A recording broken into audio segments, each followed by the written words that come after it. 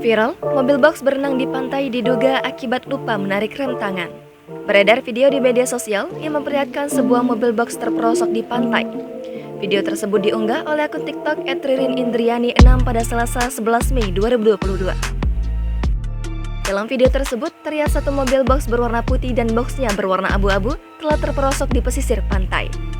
Berdasarkan deskripsi unggahan, penyebab mobil tersebut terperosok diduga karena lupa menarik rem tangan. Ombak-ombak pun terlihat berdatangan ke arah mobil box tersebut.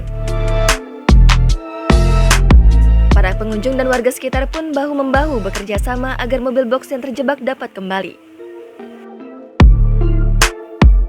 Terlihat sekitar belasan orang berusaha mendorong mobil box itu dan akhirnya berhasil diselamatkan.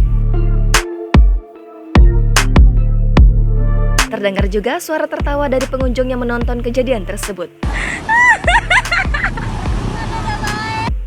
Video tersebut mengundang berbagai komentar warganet.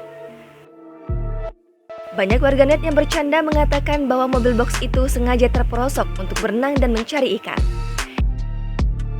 Namun beberapa warganet lainnya merasa kasihan kepada pengendara mobil box itu karena pasti terdapat kerusakan disebabkan masuknya air ke mesin mobilnya.